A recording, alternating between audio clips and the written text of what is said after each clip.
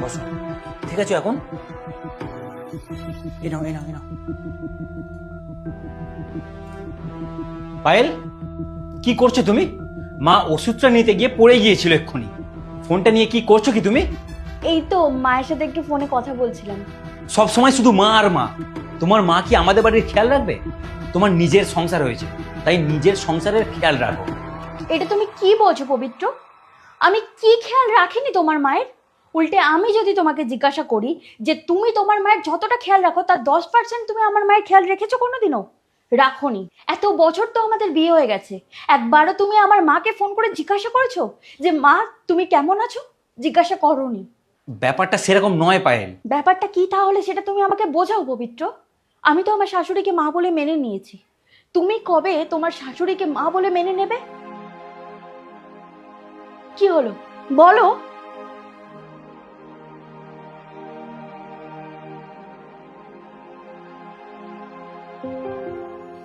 এই শোনো না, বলছি মায়ের জন্য একটা শাড়ি নিয়ে নেবো।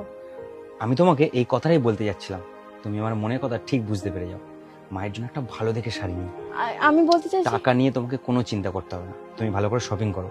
আর হ্যাঁ, মায়ের জন্য কিন্তু খুব সুন্দর একটা শাড়ি নিই। আমার জিনিসগুলো আমি ওইদিকে দেখে নিচ্ছি, তুমি ভালো করে শপিং করবে।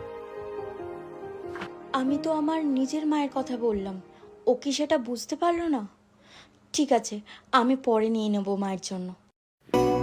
পায়েল, কোথায় গেলে? এক গ্লাস জল দিয়ে যাও। এই নাও তোমার জল, তুমি ফ্রেশ হয়ে নাও, আমি তোমার জন্য খাবার বানাচ্ছি। এ কি, তোমার হাতে এখনো আটা লেগে আছে, এখনো খাবার রেডি হয়নি? কিন্তু মায়ের তো খাবার টাইম পেরিয়ে গেছে।